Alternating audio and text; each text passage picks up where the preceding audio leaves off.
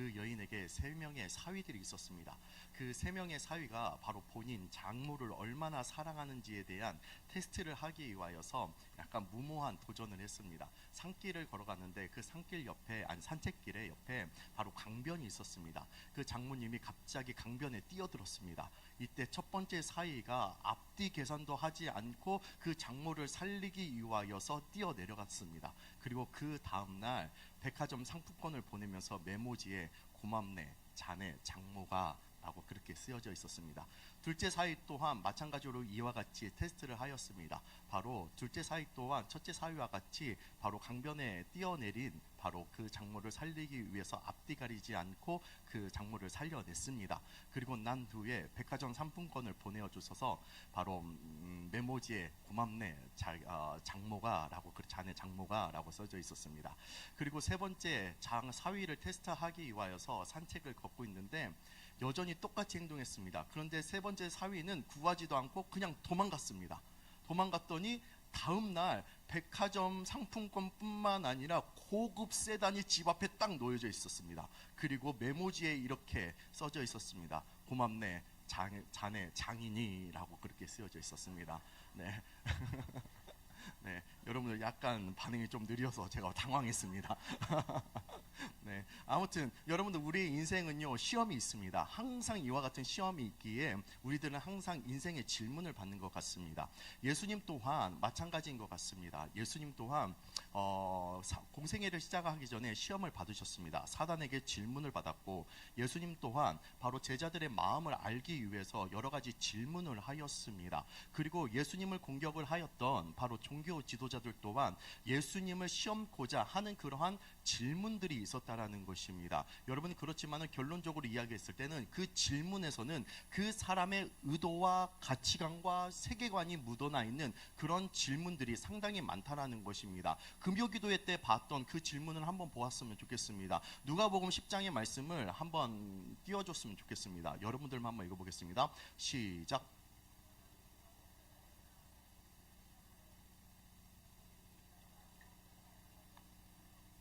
네, 즉 예수 그리스도께 바로 율법학자가 이렇게 질문합니다. 내가 천국에 들어가려면 어떻게 해야 합니까? 내가 영생을 얻으려면 어떻게 해야 합니까? 무엇을 해야 합니까? 라고 그렇게 질문을 했다라는 것입니다. 여러분들 이 사람들이 가지고 있었던 바로 율법학자가 가지고 있었던 천국에 들어갈 수 있는 비결은 무엇입니까?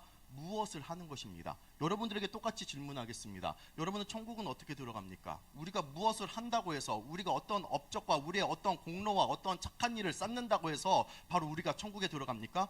여러분 교회를 다닌다고 해서 우리가 천국에 들어가는 것 아닙니다. 여러분들 천국에 들어가는 백성들은요 내 죄가 주 예수 그리스도의 보혈로서 덮어졌다라는 사실을 믿는 사람이 바로 영생을 얻는 것입니다.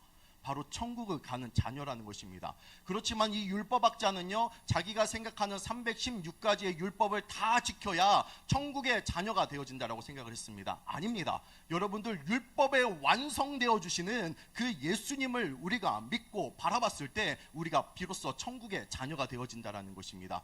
여러분들 이와 같이요 질문 가운데서는요 사람의 의도가 담겨져 있고 이 질문 가운데서는요 그 사람이 가지고 있는 가치관과 세계관이 담겨져 있다 라는 것입니다. 여러분들 오늘의 본문 가운데서 또한 바로 예수님께서 예수님을 향하여서 제자들이 질문을 하는 것을 볼 수가 있습니다. 이때 제자들이 가지고 있는 의도와 가치관과 세계관이 담겨져 있는 그러한 질문을 하는 것을 우리가 여기서 볼 수가 있습니다. 여러분들 그 배경을 1, 2절 말씀을 한번 읽어보도록 하겠습니다. 여러분들만 읽겠습니다. 1, 2절 시작.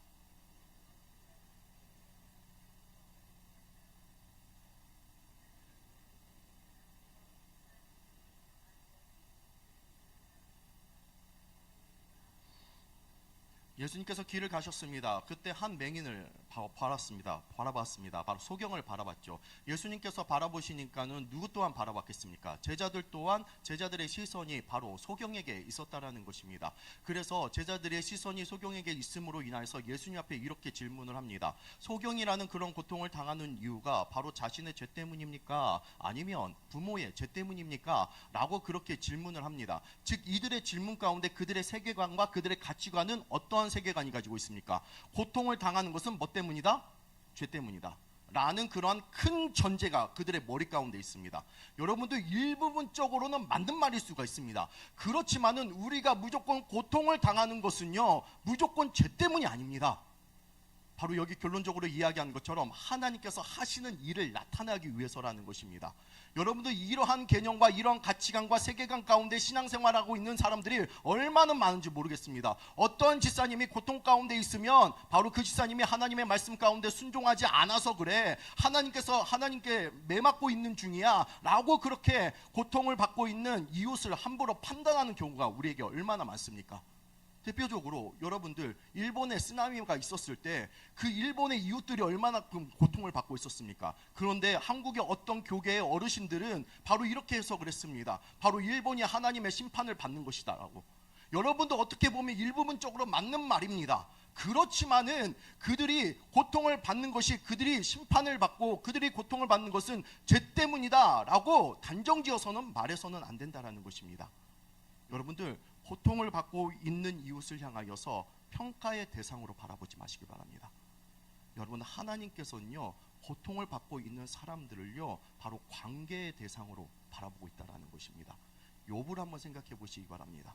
여러분은 욥이 이유 모른 그런 고통을 받고 있었습니다. 이때 세 명의 친구들이 찾아옵니다. 세 명의 친구들이 찾아와서 바로 위로를 하는 척하지만은 결국에는 그 고통의 원인에 대해서 평가를 하고 있는 것을 볼 수가 있습니다.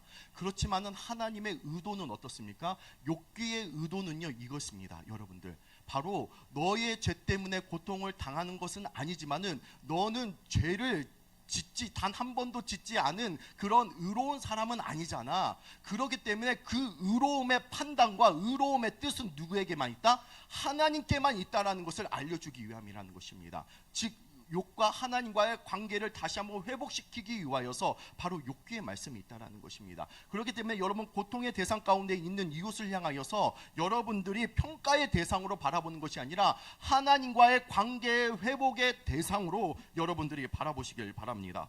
그렇기 때문에 예수님께서 이렇게 말씀하시잖아요. 그가 바로 부모의 죄 때문도 아니고 그가 과거의 죄 때문이 아니라 하나님께서 하시는 일을 나타나기 위해서라고 그렇게 말씀하고 있잖아요. 여러분들, 우리의 와중 가운데, 우리의 삶과 우리의 가정 가운데 소경의 고통을 당하고 있는 분들이 있습니다. 예. 자녀가 장애인으로 태어난다든지, 그리고 내가 갑자기 암에 걸린다라든지, 내가 사업을 하다가 갑자기 파산을 한다든지, 내가 가정을 아름답게 꾸미고 싶은데 이혼을 한다라든지, 그러한 소경이 당하는 그런 고통을 당할 때가 있다라는 것입니다. 그럴 때 우리 크리스천 중에서 간혹 내가 죗값을 치르는 거야.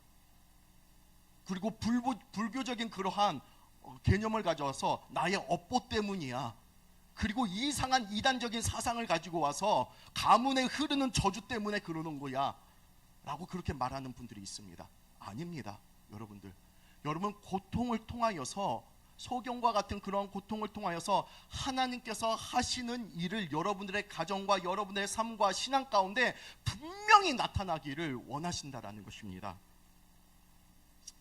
그렇기 때문에 여러분, 하나님의 생각을 잘 이해하시기 바랍니다. 여러분들을 향한 생각이요, 저주와 재앙이 아닙니다. 여러분들을 향한 생각이 미래의 희망과 소망으로 가득하다라는 것입니다. 이 시간 여러분들 이 말씀을 꼭 기억을 했으면 좋겠습니다. 에레미야 29장 11절 말씀, 여러분들을 향한 말씀이 재앙이 아니라 저주가 아니라 미래의 소망과 희망이라는 걸 꼭 기억했으면 좋겠습니다. 에레미야 29장 11절 말씀 우리가 믿음 가운데 선포했으면 좋겠습니다. 시작. 너희를 향한 나의 생각을 내가 아나니 평안이요 재앙이 아니니라. 너희에게 미래와 희망을 주는 것이니라. 이것이 하나님께서 여러분들을 향한 뜻입니다. 그리고 고통을 당할지라도 호세아 6장 1절 말씀 가운데 어떻게 이야기합니까? 우리가 다 함께 믿음 가운데 선포합니다. 오라 우리가 여호와께 돌아가자. 여호와께서 우리를 찢으셨으나 도로 낫게 하실 것이요 우리를 치셨으나 어떻게 하신다? 싸매어 주실 것이다.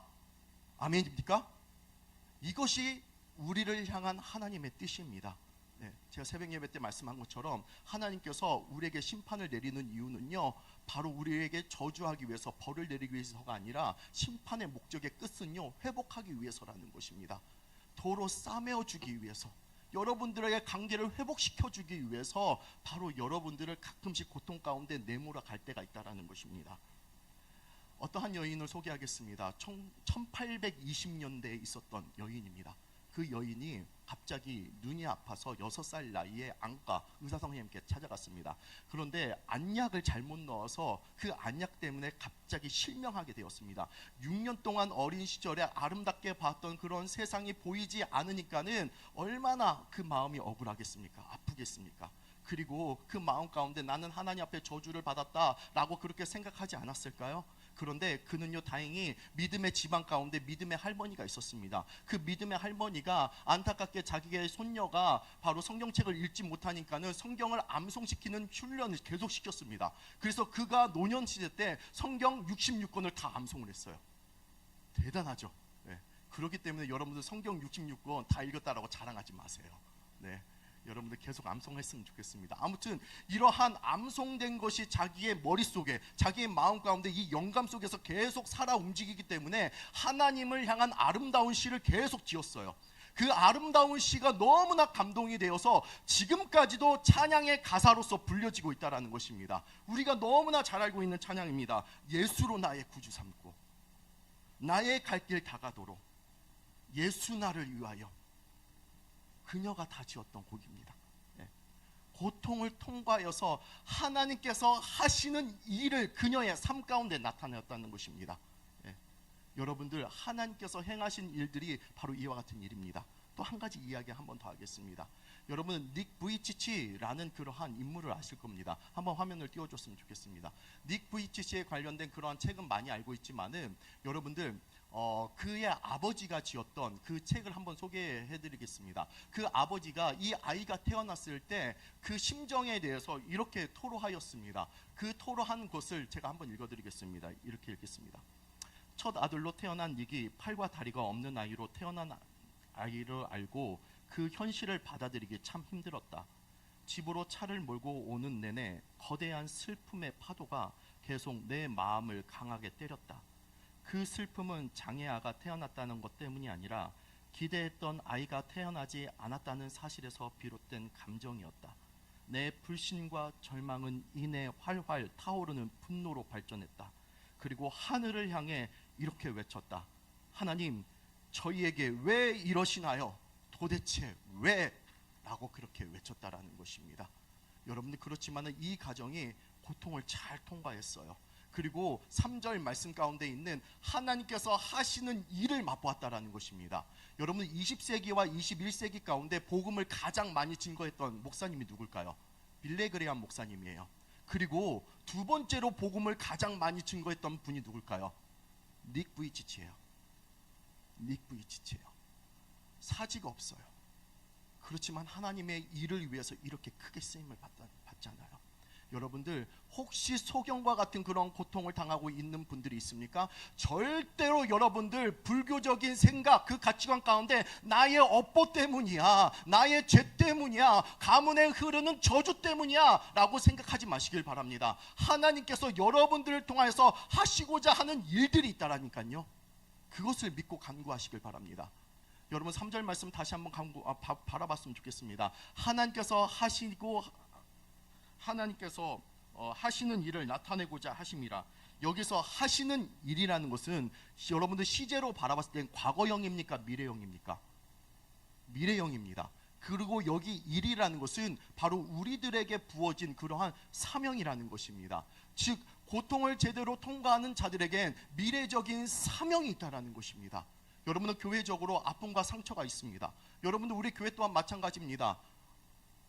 이런 이야기 꺼내기 싫지만은 약 2년 전까지만 해도 여러분들, 우리 교회에 아픔과 분열과 상처가 있었습니다. 여러분들, 이런 아픔과 분열이 있었을 때 누구를 판단할 필요 없습니다. 누구를 탓할 필요가 없습니다. 여러분들이 이런 아픔이 있는 이유는 바로 하나님께서 큰 일을 행하신다 라는 것을 여러분들 믿으시길 바랍니다. 바로 미래적인 사명이 있기 때문에 아픔이 있는 거예요. 미래적인 사명이 있기 때문에 고통이 있는 것입니다. 여러분, 우리의 개인적인 신앙생활 또한 마찬가지입니다. 미래적인 사명, 미래적인 부르심이 있기 때문에 바로 우리에게 고통이 있는 것입니다. 여러분 손흥민 선수를 잘 생각해 보시기 바랍니다. 여러분 손흥민 선수가 경기에 뜨면 전담 마크 수비수가 있습니다. 전담 마크 수비수가 있기 때문에 다른 선수들보다 90분 동안 뛰는 것이 상당히 고통스럽습니다. 그런데 이 고통스러운 것을 불평불만하면서 왜 나에게 전담 수비수가 있는 거야? 라고 그렇게 생각하지 않습니다. 그냥 그 고통을 90분 내내 감내를 합니다. 왜냐하면 바로 그에게 미래적인 사명이 있기 때문입니다. 확률적으로 그를 통하여서 골이 들어가기 때문이라는 것이에요. 네. 미래적인 사명이 있기 때문에 그러한 고통을 감내를 한다는 것입니다. 여러분들 미래적인 사명이 있어요. 미래적인 사명이 있기 때문에 여러분은 어떠한 상처와 아픔과 고통이 있을지라도 잘 통과하는 하나님의 백성들 되기를 간절히 축원합니다.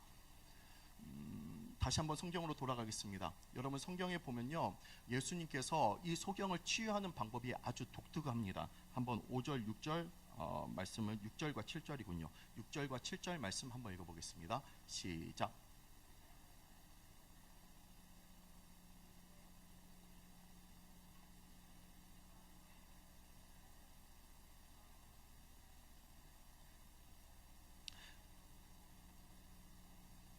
네, 예수님께서 치유하는 방법이 약간 독특합니다. 예수님께서 땅의 흙과 그리고 자기의 침을 섞여서 눈에 바르게 됩니다. 과거에 어떤 분들은 이것은 예수님께서 가르쳐주신 민간요법이다 라고 하면서 따라 하시는 분이 계셨습니다. 여러분들 절대로 따라하면 안 됩니다. 여러분들 예수님께서 소경을 고치신 그 배경을 우리가 좀 알 필요가 있습니다. 여러분 고대 시대 때 그 사람들이 가장 무서워하는 장애는 팔다리가 없는 장애가 아니고 듣지 못하는 장애가 아니라 바로 아름다운 세상을 바라보지 못하는 이 소경, 맹인이 되는 것을 바로 무서운 장애, 두려운 장애다라고 여겼습니다. 그래서 사람들의 마음 가운데 이것은 하나님께서 보내주신 메시아만이 고칠 수 있는 일이다라고 생각을 했습니다. 그래서 예수님께서 치유와 이적을 행했을 때 사람들에게 파격적인 충격이 되는 그런 이적과 기적이 무엇이었냐면 바로 죽은 나사로를 살린 사건과 그리고 소경을 눈뜨게 만든 이 사건이 바로 파격적인 충격적인 사건이었다라는 것입니다. 그렇기 때문에 소경을 살릴 때에 여러분들 사람들이 얼마만큼 집중을 했을까요? 얼마만큼 그 이목을 끌었을까요? 여러분들 예수님께서 흙과 침을 섞고 그 눈에 발랐을 때 곧바로 치유의 역사가 일어나는 것이 아니라 어디를 향해서 바로 가라고 이야기하고 있습니까? 실로암 연못으로 향하고 가라고 이야기하고 있습니다. 여러분 여기서 실로암 연못은요 곧바로 옆에 있는 연못이 아닙니다. 800m가 떨어진 그런 연못이에요. 여러분 800m 한번 생각을 해봤으면 좋겠습니다. 제가 계산을 해봤어요. 우리 교회에서 다이소까지예요. 네, 다이소까지. 여러분들 우리 교회에서 다이소까지 눈 감고 한번 가보시기 바랍니다. 네, 여러분 못 갈걸요? 헤매거나 자빠지거나 거의 기어서 갈 가능성이 많습니다. 네. 여러분 여기 소경은요 실로암에 어떻게 갔는지 한번 상상을 해봤으면 좋겠습니다. 기어서 갔을 거예요. 넘어져서 갔을 거예요. 그리고 자빠져서 갔을 겁니다. 예. 그때 여러분들 한번 이 질문이 있어야 합니다. 예수님께서 실로암 연못 가운데 가서 너는 치유를 받을 거야 라고 그렇게 말씀하신 적이 있어요? 없어요? 없어요. 그렇지만은 그가 실로암 연못 가운데 갔던 이유가 무엇입니까? 그의 운명에 대해서 예수님만이 이야기했기 때문입니다. 다른 사람들은 너의 운명은 바로 부모의 죄 때문에 바로 너의 과거의 죄 때문에 네가 운명이 그렇게 타고났어 라고 그렇게 이야기했지만은 예수님께서는 어떻게 이야기했습니까? 바로 하나님께서 하시고자 하는 일을 나타내기 위해서 바로 너의 운명이 정해졌어 라는 그러한 마음을 듣고 말씀을 듣고 바로 실로암 연못 가운데 나갔다는 것입니다. 실로암 연못 가운데 나갔더니 그의 눈이 어떻게 되어졌다라고 6절 맨 마지막 구절에 어떻게 나와 있습니까? 그의 눈이 밝아졌더라 나와 있다는 것입니다. 예. 여러분들 이것이 우리가 예수님을 찾는 그러한 과정인 것 같습니다. 여러분 실로암은요 예수님의 샘물을 상징을 합니다. 예수님께서 일하심을 상징을 합니다. 여러분들 우리가 하나님의 일하심, 예수 그리스도의 일하심을 맛보기 위해서는요 막 힘차게 뛰어나가는 사람들은 없어요. 겨우겨우 기어가는 사람들이 있어요. 자빠졌다가 일어나서 예수님께 향하는 분들이 있습니다. 겨우겨우 기어가서 겨우겨우 자빠져서 일어나서 예수님의 이름을 붙잡고 하나님께서 하시는 일들에 대해서 기대하면 바로 6절의 마지막 구절이 바로 우리의 삶 가운데 현현이 될 줄 믿습니다. 밝은 눈 가운데 다시 뛰어내려갈 줄 믿습니다. 여러분들 그러기 때문에 소경과 같은 그런 고통 가운데 있는 분들이 있다라면 여러분들 절대로 낭망하거나 좌절하거나 스스로 자책하지 마시길 바랍니다. 하나님께서 하시는 일들에 대해서 여러분들 기대하시길 바랍니다. 하나님께서 우리를 향한 마음은요, 에레미야 29장에서 나와 있는 것처럼 재앙도 아니고 저주도 아니고 미래를 향한 희망입니다. 소망입니다. 그것을 믿고 간구하시길 바랍니다. 마지막으로 우리가 에레미야 29장 11절 말씀 두 번 선포하고 우리가 설교 마무리하겠습니다. 시작. 여호와의 말씀이니라 너희를 향한 나의 생각을 내가 아나니 평안이요 재앙이 아니니라 너희에게 미래와 희망을 주는 것이니라. 다시 여호와의 말씀이니라 너희를 향한 나의 생각을 내가 아나니 재앙이 아니니라 너희에게 미래와 희망을 주는 것이니라. 아멘. 여러분 앞이 캄캄할 때 소경과 같은 고통이 있을 때 이 말씀을 선포하는 하나님의 백성들 되기를 간절히 축원합니다. 이 시간 다 함께 찬양합니다.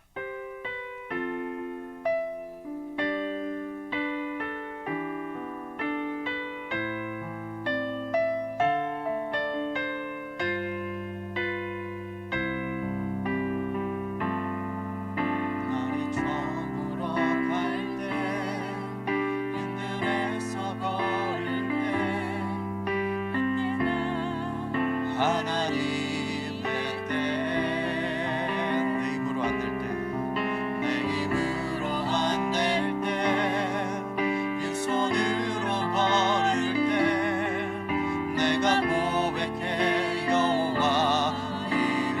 주가 일하십니다. 주가 일하시네. 주가 일하시네. 주께 아끼지 않는 자에게 주가 일하시네. 주가 일하시네. 신뢰하며 걷는 자에게. 2절 고백합니다. 우리 모인 이곳에 주님 함께 계시네. 누리네 아버지 은혜. 적은 떡과 물고기 내 모든 걸 드릴 때 모두 고백해 여호와 이래. 하나님께서 나타나시는 일들이 있습니다. 주가 일하시네. 주가 일하시네. 주께 아끼지 않는 자에게 우리가 믿음으로 선포합니다. 주가 일하시네. 주가 일하시네. 신뢰하며 걷는 자에게 주가 일하네. 주가 일하시네. 주가 우리의 삶 가운데 우리가 선포합니다. 주께 아끼지 않는 자에게 주가 일하시네. 주가 일하시네. 신뢰하며 걷는 자 우리가 하나님께서 하시는 일에 대해서 미래적인 소망 가운데 선포합니다. 주가 일하시네. 주가 일하시네. 주께 아끼지 않는 자에게 주가 일하시네. 주가 일하시네. 신뢰하며 걷는 자에게 주님은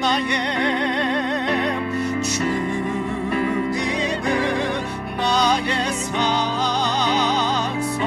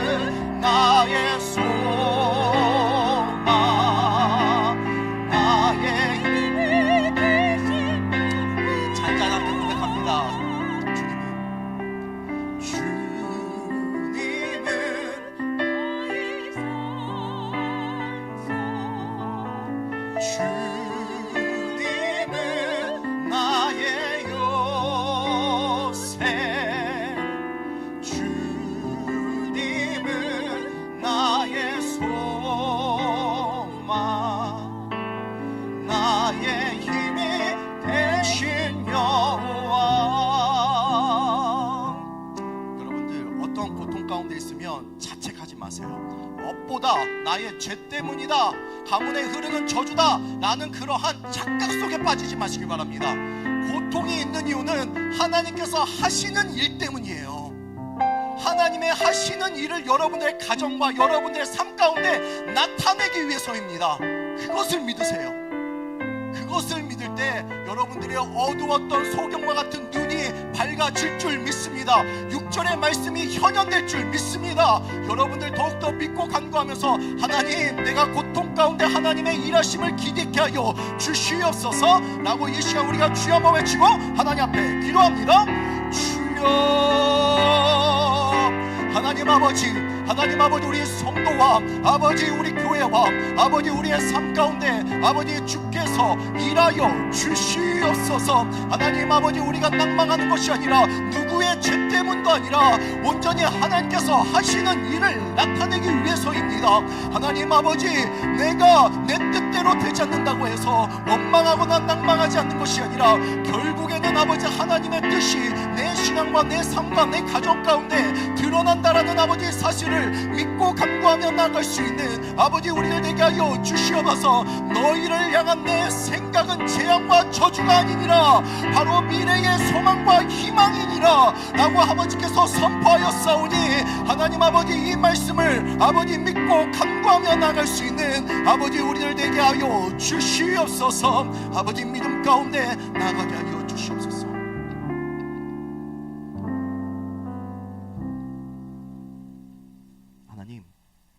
하나님, 우리를 향한 그러한 생각은 저주와 재앙이 아닙니다.